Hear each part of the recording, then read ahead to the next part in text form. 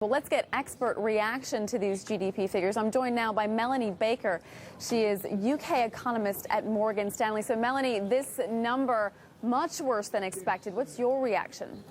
Yeah, and obviously this is worse than we were expecting. We were among those looking for a 0.4% on the quarter increase.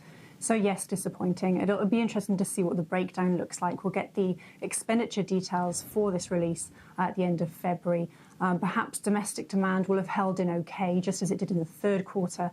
That would be somewhat reassuring. But yes, disappointing here in the data this morning. So the UK, Melanie, is back to growth, although just barely. I guess the big question now is this recovery sustainable?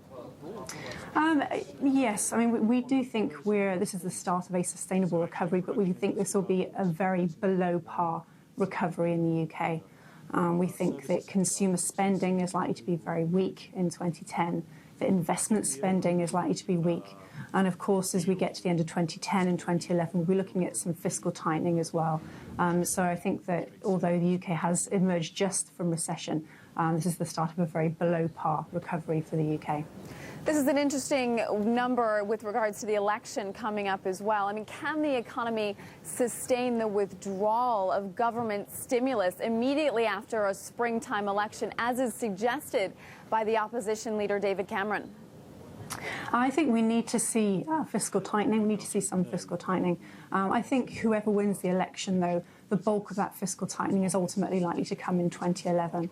And by that point, the recovery should be on a better footing than it is right at the moment. What about monetary tightening? When can we expect the BOE to start rolling back its QE program?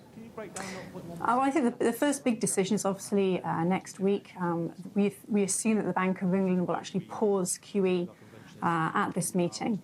We think we put very much in the context of a pause rather than a halting QE. They'll very much keep the door open to further quantitative easing. But we don't think we'll see the first tightening from the MPC until about the fourth quarter, actually, of this year, largely because we think that recovery will be very below par.